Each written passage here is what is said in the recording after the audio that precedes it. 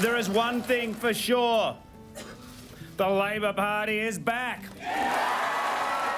Although the final results wouldn't be known for several days, Here comes the crusher. the Coalition's 14-seat majority was being shredded. This is a recipe for instability. When I look at this whole period of Liberal government, the turning point, the pivot point, is the 2016 election. Paul Kelly is editor-at-large for the Australian newspaper. Turnbull is shocked. He is profoundly shocked by this result. And this leads to this extraordinary event on election night. I was at the Wentworth Sheraton Hotel that night where the Liberal Party was. They were all waiting for Turnbull to appear.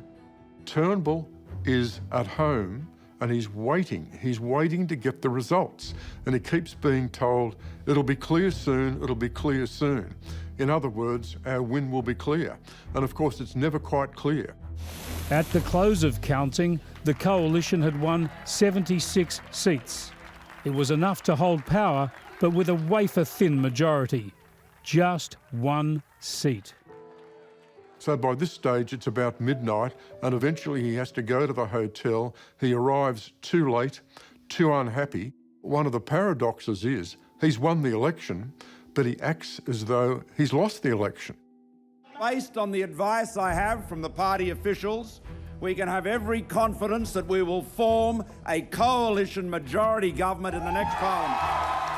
It was an extraordinary night for Turnbull because it was his win, but the shock of the very, very narrow nature of that win left him very, very distraught, very upset, and looking to blame other people. The Labor Party ran some of the most systematic, well-funded lies ever peddled in Australian politics. But as we all say, this sort of brutality often happens in Australian politics. The government mishandled this Labor attack. I mean, they completely underestimated the magnitude of the attack and the damage it was actually doing. Good morning. Good to see you. The Turnbull government ended up losing 14 seats. Do you remain confident in your leadership? Quite frankly, I think he should quit. He's taken this nation to an election on the basis of stability. He's delivered instability. The bloke is not up to the job. Turnbull's authority is profoundly weakened in the party. In a sense, he never recovers. And what happens is the Turnbull opponents in the party, the Abbott forces, the Conservatives, are strengthened against Turnbull. Today is not a day for speculation, it's a day for taking stock. It's not the end of the world, and people shouldn't start slitting their throats. Was Malcolm Turnbull shocked that he wasn't so electorally popular?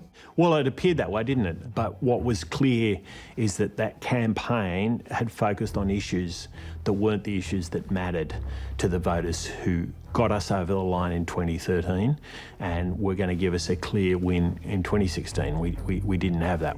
Turnbull had no choice publicly but to cop it on the chin. Leaders lead. We have found the result disappointing.